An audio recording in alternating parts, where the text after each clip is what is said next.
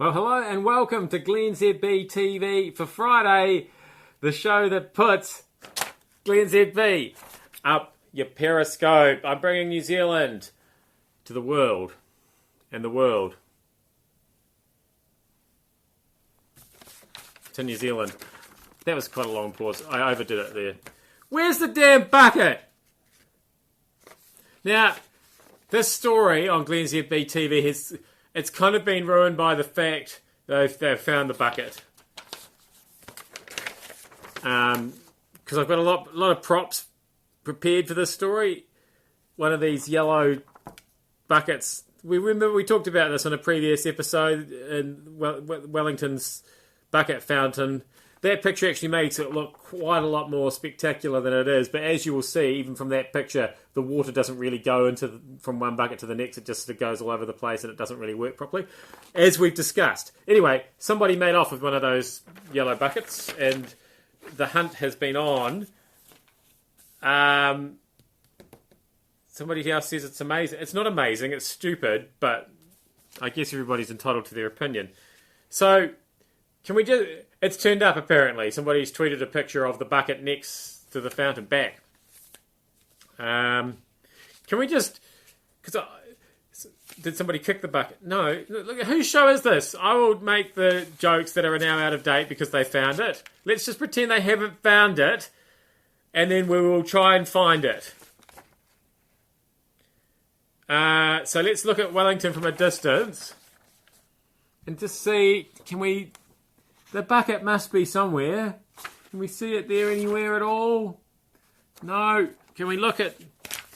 Is it here? Can we see... Is there any sign of the yellow bucket? I mean, it's yellow. Hello, Russia. Gee, welcome in. We're playing Search for the Bucket from the Bucket Fountain in Wellington. Even if you haven't been to Wellington, you might be familiar with the beehive. If we can look around that area of Wellington, can we see it anywhere? It must turn up eventually. Maybe even an hour ago it'll turn up eventually. Russia wants to know what I'm doing. So do I.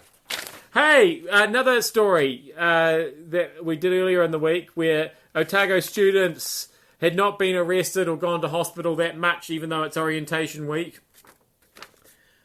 Good work, Otago students. You burnt a couch last night. You're back, baby! The weekend's still ahead. You can still cause chaos. You know what to do. Go about it. We'll report back on Monday. Dick Smith. I don't really have anything to say about the closure of Dick Smith other than this is a headline. I thought that was a clever headline. I don't really understand what... It seems like it used to be the place where you used to go to find a plug when you needed the right kind of plug, or you had the weird light fitting that had the annoying bulb that what you couldn't get at the supermarket. That Dick Smith, and also if you had a nerdy kid, like I was a nerdy kid who liked soldering things together, you could get them a kit set, and they could make a...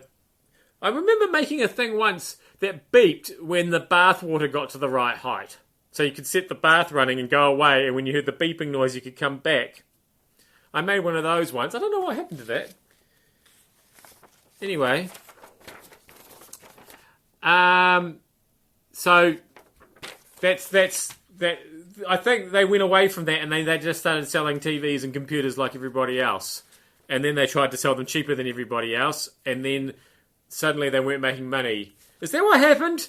Is that just... Have I got a weird take? Or... Yes, Russia. I'm in Auckland. In New Zealand. Keep up. Dick Smith's no longer in Auckland and New Zealand because they ran out of money. And finally, how to solve a problem like the Rena. Again, I spent more time on the headline than I actually did researching the story. Because there's not enough singing headlines. The Rena, this made world news, I think. There was a shipwreck off the coast of the Bay of Plenty there by Mount Maunganui.